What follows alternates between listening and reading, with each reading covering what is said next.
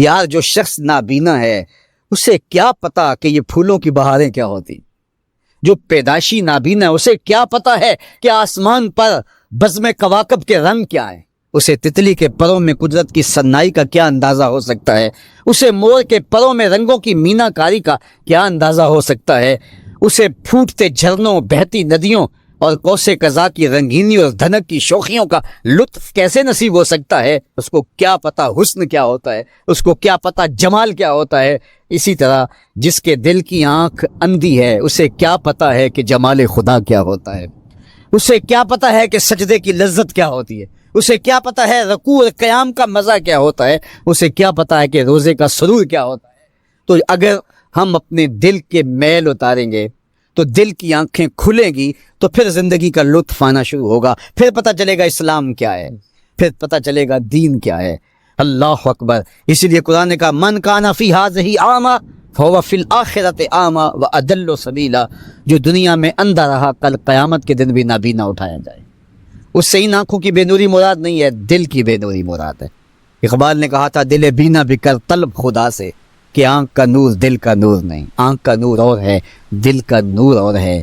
تو جس طرح آنکھ بے نور ہو جائے، آنکھ پر دھند، جالا، ککرے اور سفید اور کالا موتیا اتر آئے، تو ہم سب کچھ بیچ کر کے بھی آنکھوں کا نور خریدنے کی کوشش کرتے ہیں۔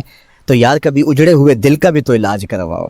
علاج تمہارے گھر میں پڑا ہے، راتوں کی تنہائیوں میں اٹھ کے قرآن پڑھو اور ساتھ رویا کرو، دیکھنا دل کے میل اترنا شروع ہو جائیں گے، اور دل کے پردے سے وہ غلاستیں جب اتریں گی تو پھر پتہ چلے گا کہ دل جمال یار کیسے دیکھتا ہے، دل کی دنیا کیا ہے۔ وچے بھیڑے وچے جھیڑے وچے ونج مہانے ہو، 14 طبق دلے دے اندر تمبو وانگوں تانے ہو، پھر پتہ چلے گا یہ دل دنیا کیا ہے، پھر اس کی تڑپ، اس کی بے چینی، اس کا اضطراب زندگی کا حاصل بن جائے گا۔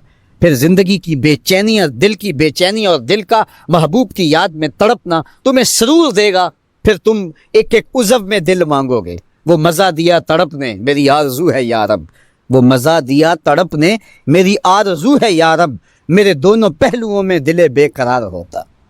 پھر سمجھ آئے گی کہ یہ دل کتنی قیمتی شے ہے۔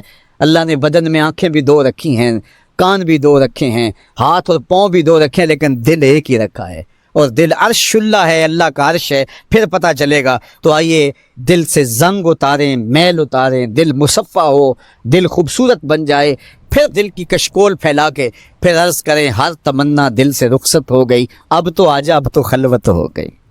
لیکن یہ میل کچیل سے ہٹا ہوا ہوگا تو گندی جگہوں پہ محبوب تو نہیں آتے ہیں۔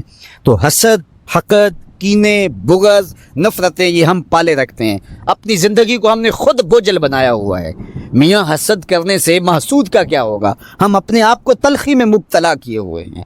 بغض رکھنے سے مبغوض کا کیا ہوگا؟ ہم اپنے آپ کو بوجھ میں مبتلا کیے ہوئے۔ تو اپنے دل سے یہ سارے بوجھ اتار کر کے جب دل کو مصفہ اور مزکہ کریں گے تو پھر دیکھیے کہ دل کے آئینے میں کیسے جمال یار دکھائی دیتا ہے۔ تو اس دل کی اصلاح ہوگی کثرت کے ساتھ قرآن مجید کی تلاوت کرنے سے۔ تو راتوں کی تنہائیوں میں اٹھ کے قرآن پڑھو، دیکھنا کہ کیسے دل کے زنگ اترتے ہیں۔ بعض لوگ بڑی عجیب خبر سناتے ہیں، میاں تمہیں کیسے پتا؟ وہ کہتا ہے میں رات اچانک نیند نہیں آ رہی تھی تو ایک چینل کھولا تو اس میں یہ خبر چل رہی تھی، تو میں نے کہا تجھے نیند نہیں آ رہی تھی، تو نے چینل کھولا، کاش تو قرآن کھول کے بیٹھ جاتا، تجھے وہ دکھائی دیتا کہ تیرا اندر تیرا باہر روشن ہو جاتا۔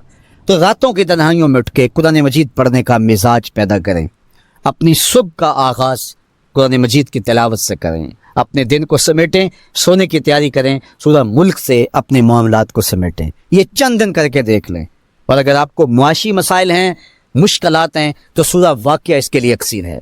صرف 3 رکوع ہیں، اتنی اکسیر کہ جس کی زندگی میں سورہ واقعہ آ گئی وہ مشکلات میں مبتلا نہیں ہوتا، اللہ اس کے لیے رزق کے دروازے کھول دے۔ حق مہر کا تعین یہ واجب ہے اور عورت کا حق ہے۔ شوہر کی حیثیت کے مطابق حق مہر متعین ہو۔ زمانہ نبوی میں کچھ لوگوں نے حق مہر میں کھجوروں کا پورا باغ بھی رکھا ہے، اور کچھ لوگوں نے بہت کم حق مہر بھی رکھا ہے۔ یہ شوہر کی حیثیت کے مطابق ہوگا۔ لوگ اس میں بھی افراط و تفریط کا شکار ہو جاتے ہیں۔ کچھ لوگ نمائش کے لیے زیادہ حق مہر رکھ دیتے ہیں، جس کو بعد میں ادا نہیں کر پاتے. اور کچھ لوگ یہ نیت رکھتے ہیں کہ وہ جب ہماری بیوی بن جائے گی تو پھر ہم دیں یا نہ دیں کوئی فرق نہیں پڑتا.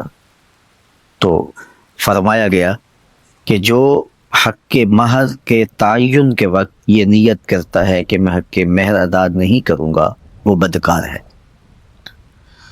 تو حق کے مہر حق کے بدعہ ہے, یہ عورت کا حق ہے اور اس کو ادا کرنا ہی ہوتا ہے. یہ شوہر کے ذمے قرض ہے, اگر وہ نقد ادا نہیں کر پایا تو پھر اس کے ذمے ادھار ہے. جب عورت چاہے مطالبہ کر کے اس سے وہ حق وصول کر سکتی ہے اور اس پر اس سے ناراض ہونے کی ضرورت بھی نہیں ہے. تو نہ تو حق کے مہر اتنا رکھنا چاہیے کہ جس کو ادا نہ کیا جا سکے. دوسرا اس کا رخ یہ ہے کہ کم سے کم حق کے مہر رکھا جاتا ہے.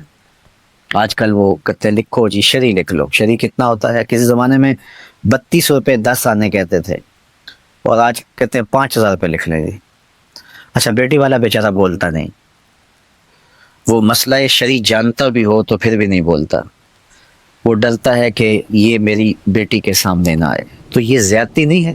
آپ کا بچہ اسکول کالج میں پڑھتا ہو تو 5000 روپے تو اس کو آپ دیں, تو وہ ایک مہینے کا خرچہ 5000 روپے نہیں لیتا. اور یہ عورت اپنے آپ کو تمہارے سپرد کر رہی ہے اور یہ اس کا حق بدعہ ہے. اس نے خود متعین نہیں کیا, یہ حق اس کو اس کے رب نے دیا ہے اور تم 5000 روپیہ دیتے ہو. اور حیثیت تمہاری دیکھو, تمہارے انداز دیکھو. ایک دوست بتا رہا تھا کہ ایک آدمی نے جو ہے وہ کارڈ چھپوائے ہیں تو وہ 9000 روپے کا ایک کارڈ ہے, 9000 روپے. تو جو دوستوں کو بانٹے اس کا کل خرچہ 45 لاکھ روپے آیا. تو حق کے مہر بتاؤں تو آپ حیران ہو جائیں. تم نے اس خاتون کو اتنا بے توقیر کر دیا ہے, پہلے دن ہی تم نے اس کی قدر و قیمت کا لحاظ نہیں کیا, اس کی عزت افزائی نہیں کی. یہ اس کے لیے سادہ لفظوں میں سلامی تھی جو اس کو آپ نے نکاح کے ساتھ پیش کرنی تھی. تو یہ بات ذہن میں رکھیے کہ جو حق مہر ہے یہ حق بدعہ ہے, یہ عورت کا حق ہے اور یہ میرے رب نے مقرر کیا ہے اور یہ واجب ہے. جو ادا کرنا ہو وہ رکھنا چاہیے, نمائش کے لیے نہیں کہ بعد میں وہ ہماری بیوی ہوگی ہم دیں نہ دیں. نہیں, ایسا نہیں ہے. ہو سکے تو نقد دیں لیکن ادھار بھی کیا جا سکتا ہے. عورت چاہے تو معاف بھی کر سکتی ہے لیکن اس کو مجبور نہیں کیا جائے گا. لیکن شوہر کی حیثیت کے مطابق حق مہر ادا کیا جائے, رکھا جائے. نہ زیادہ کہ نکاح مشکل ہو جائے اور نہ تھوڑا کہ عورت بے توقیر ہو. تو مناسب حق مہر رکھا جائے.